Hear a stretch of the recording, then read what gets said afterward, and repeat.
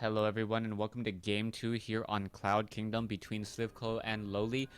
Slivko spawning on the top side once more as the teal Zerg player. Meanwhile, LoWely spawning on the bottom side as the yellow Zerg. So Zerg versus Zerg here on Cloud Kingdom, and we'll see what happens in this map. The map is much smaller. There are only 2 bases to start off, and you do obviously cross spawn from your opponent, but we'll see what the overall strategies are going to be here.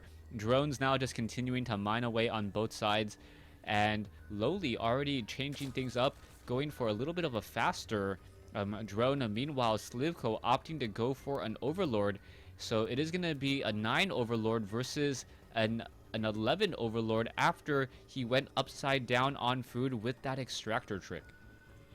Now, that should give Slivko a slight advantage in terms of drones, and later on, because he is no longer supply blocked, sitting at 13/18 food compared to 11/10.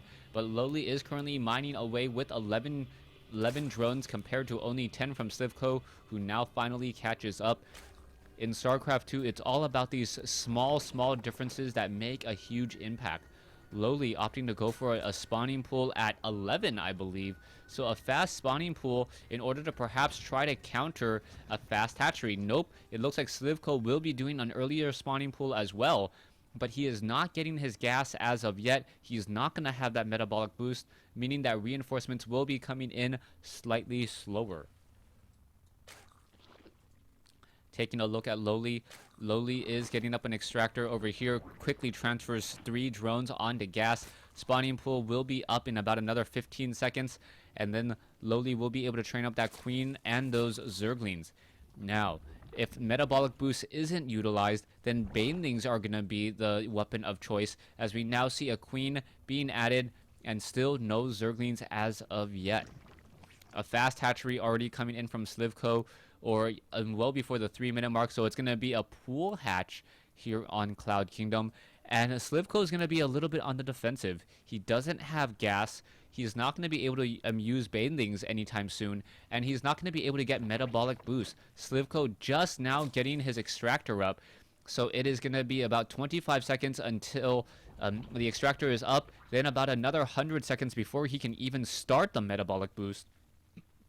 Or sorry, 60 seconds before you can start the metabolic boost. So there will be about a good 90-second window for LoWely to deal some damage with these Zerglings with proper hit and runs, since he can flank his opponent more easily. LoWely also going into some banelings. Zerglings now trying to maneuver their way inside. They are going to be able to see around the inside of the space. The queen is coming around. The Zerglings perhaps check the extractor, make sure that metabolic boost has not been started. He knows a lot of the information that he needs to know now, as it looks like a queen may perhaps be able to get them some easy hits onto some Zerglings as they pass by. The Zerglings are backing off, as 8 more Zerglings are now being hatched. These 2 Zerglings, one of them should become a baneling in just a moment, as we are now going to be having a lot more Zerglings against against a handful here. 5 banelings now being added. Where are those banelings being morphed? Over here, and 2 over here as well. Some Zerglings holding the Zelnaga Tower. Metabolic boost now being started. Meanwhile, a 90-second delay for the other side's metabolic boost, as the Zerglings are now going to be able to test the waters here. And here we go. Zerglings now trying to perhaps get in some damage.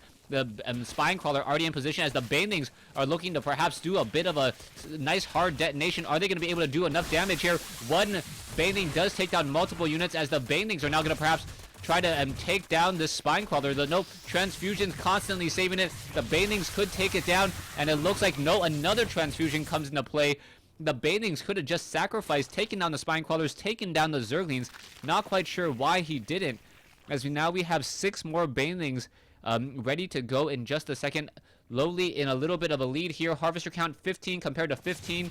Army count slightly higher for LoWely, as banelings are melting their way through a lot of these units. Another queen does get taken out, so Slivko is a bit more behind, as the banelings may find their target here, take down some Zerglings.